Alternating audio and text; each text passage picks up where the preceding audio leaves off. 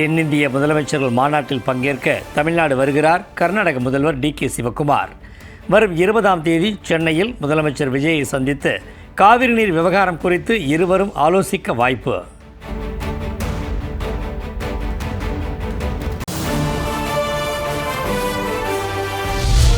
தவேக அரசின் 100 நாள் சாதனை மலரை வெளியிட்டார் முதலமைச்சர் விஜய். ஒரு புதிய தொடக்கம் என்ற காலப்பேழை புத்தகத்தையும் வெளியிட்டார்.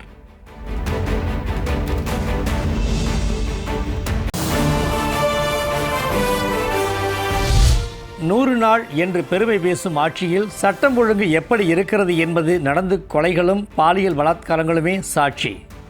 எதிர்க்கட்சித் தலைவர் உதயநிதி ஸ்டாலின் விமர்சனம்.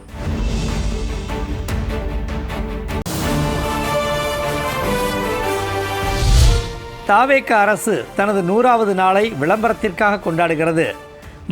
மாற்றம் என்று கூறுகிறார்கள். இதுவரைக்கும் எந்த ஒரு மாற்றமும் ஏற்படவில்லை என்று திமுகவின் அமைப்பு செயலாளர் டி.கே.எஸ். இளங்கோவன் விமர்சனம்.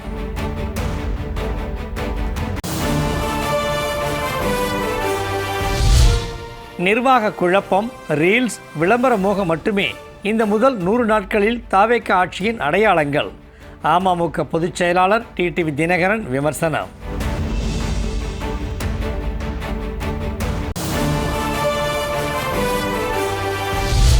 கூட்டுறவு வங்கிகளில் விவசாயிகள் பெற்றுள்ள 75,000 ரூபாய் வரையிலான பயிர்க்கடன்கள் முழுமையாக தள்ளுபடி.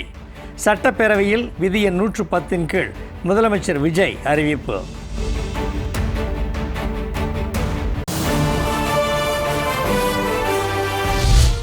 கருணாநிதி பெயரை குறிப்பிட்டு உறுப்பினர் பேசியதற்கு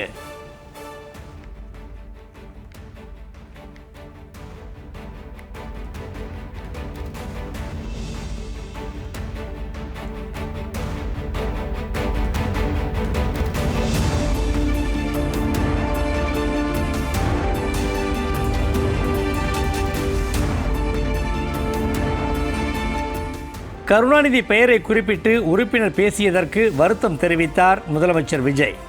அவையில் முன்னாள் முதல்வர் என்றுதான் குறிப்பிட வேண்டும் என்ற மரபு உள்ளது என சுட்டிக்காட்டி திமுக உறுப்பினர்கள் எதிர்ப்பு தெரிவித்த நிலையில் வருத்தம் தெரிவித்தார்.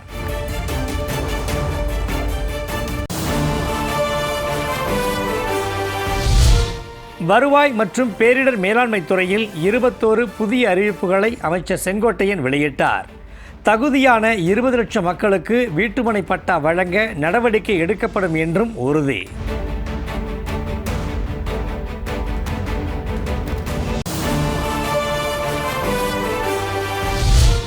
நிலவரி வசூல் என்பது இனி முற்றிலும் கிடையாது. சட்டப்பேரவையில் அமைச்சர் செங்கோட்டையன் அதிரடி அறிவிப்பு.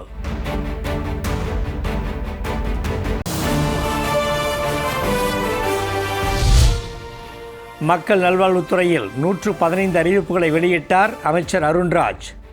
2500 புதிய செவிலியர்கள் பணி உருவாக்கப்பட்டு தொகுப்பூதியத்தில் பணியாற்றும் பணியாளர்களுக்கு பணி நிரந்தரம் செய்யப்படும்.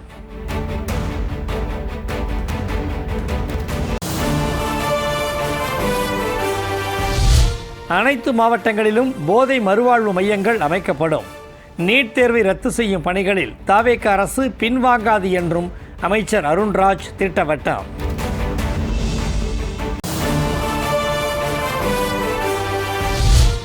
செப்டம்பர் 15ஆம் தேதி முதல் தாய்மாமன் தங்கமோதிரம் திட்டம் தொடங்கப்படும். 38 லட்சம் மூத்த குடிமக்களுக்கு முதியோர் காப்பீட்டு திட்டம் தொடங்கப்படும் என்று அமைச்சர் அருண்ராஜ் அறிவிப்பு.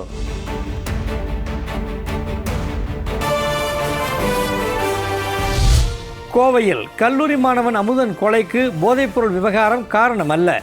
மாணவர் குழுக்களிடையே ஏற்பட்ட முன்விரோதம் காரணமாகவே கொலை நடந்துள்ளது என்று அமைச்சர் நிர்மல்குமார் விளக்கம்.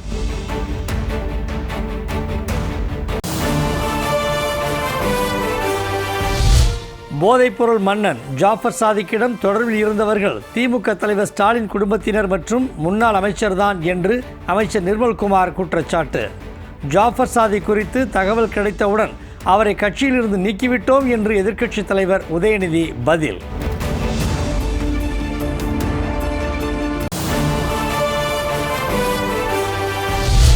போதைப்பொருள் விவகாரத்தில் அரசின் பதில் திருப்தி அளிக்காததால் திமுக வெளிநடப்பு. கவன ஈர்ப்பு தீர்மானம் தொடர்பாக அமைச்சர்கள் உரிய விளக்கம் அளிக்கவில்லை என உதயநிதி ஸ்டாலின் குற்றச்சாட்டு.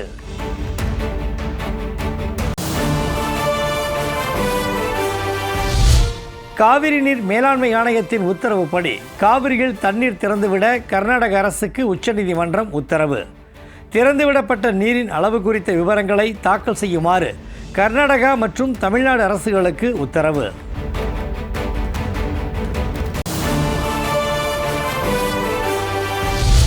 பாஜக தேசிய மகளிர் அணி தலைவர் பொறுப்பில் இருந்து வானதி ஸ்ரீனிவாசன் விடுவிப்பு.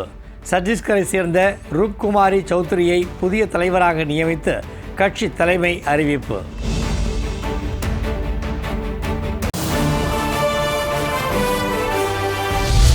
தாவேகாவும் விசிகாவும் இணைந்தே பயணிக்கும்.